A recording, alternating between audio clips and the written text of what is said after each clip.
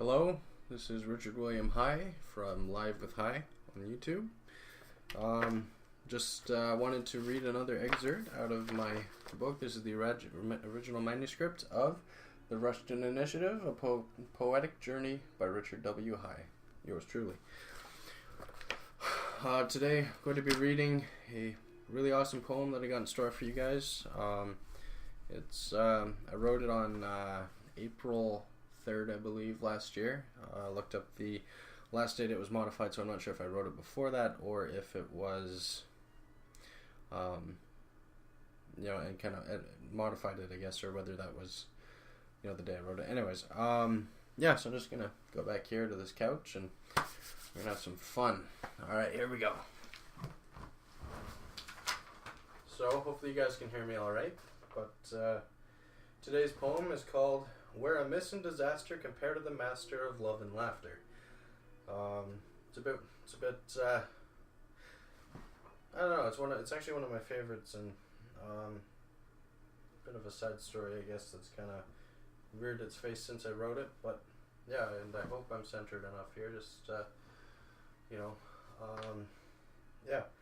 So, anyways, where Amiss and Disaster compare to the Master of Love and Laughter. Her hair auburn like a sudden set on the coast, with eyes as blue as the ocean in the tropics, and a figure that even Jesus couldn't resist. Wouldn't it be wonderful if a woman such as this really did exist? A woman with personality that was simply irresistible, who is as kind as the day is long, who shows compassion towards me and makes me feel at home and as if I belong. I long for love with romance bursting through the air like a rocket headed for the moon. The heavens would seem like a wasteland in comparison to the atmosphere that would surround us so soon.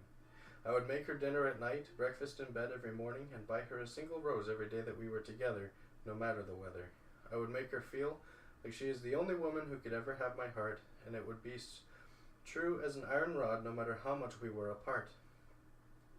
I wouldn't even fart, at least not in her presence, because her beauty would be too fine for a guy such as I. If a woman as good as this did exist, I would be sure to tell her how much I appreciate her for who she is, but it seems as though every day I walk through town beauty such as this I surely miss. If a woman such as this did exist, I am sure she would not settle for a man such as myself, because the heavens are not as amiss as I hope for. Bliss. The generosity levels that are sent from above do not measure to my level, so a man such as I would settle for something more to my standard. But is it really settling when a man and woman are in love? I think not, for all my devotion lies in my binding vices. But there are no levels or sizes that measure to the everlasting love of certain devices. That would surely be a double entendre, but you already knew this. Any woman who would settle for me would be foolish and unwise, but the shell that surrounds my heart is simply a nasty disguise. My heart is pure with great intentions that are nearly insurmountable. But with all this in mind, there would be a certain direction to turn to, and where that is, if only I knew, like the taming of the shrew. Love stories only exist where popularity has loads of prosperity, but in the end, it's all rather proprietary. Go down steep hills in snow globes of love, or on lifeboats of the Titanic floating down to where the surface of the water can be seen, whereas the surface of the water is actually above. Falling into deep and passionate love with each other as Noah and his ark and his beautiful dove. With sheets of satin for our clothes and the stars shining directly above us as we float to the ocean floor, where you and I will begin to adore each other. But what do I know? I have nobody to adore, I assure you and deeply and truly implore. But in the end, we never really know what's in store. This much I am certain of this for sure. Know this in your hearts and you will surely endure. The end is surely near, but for now I will think that I will simply disappear, for I am the shrew and I know where love's true value lies, but for me this will most likely be my fatal demise, when it comes to love between a beautiful woman and a seemingly horrible guy. So, there you have it. Just wanted to, thanks for watching, and yeah, that's kind of interesting. Yeah. It's a little bit wordy, but yeah, it's kind of came from right here, or kind of off to the left. But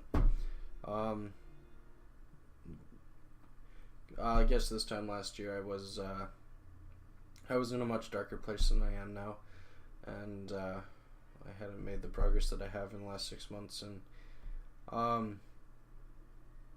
guess my personal self-view was tainted, and I thought that I could never aspire to be anything more than I was. But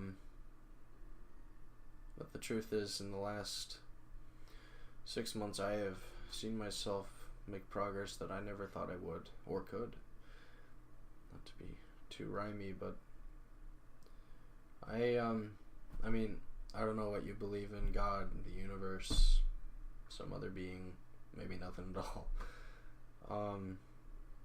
But I know what I believe in as a Mormon, and as a human, and as an individual. I believe in God, and I can't thank Him enough for allowing me the privilege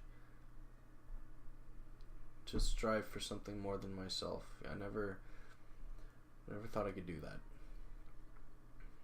but apparently I was wrong. You know, I'm wrong a lot, so it's alright. But thank you, people, for watching, and stay tuned tomorrow. I will probably be reading one more poem, and then the following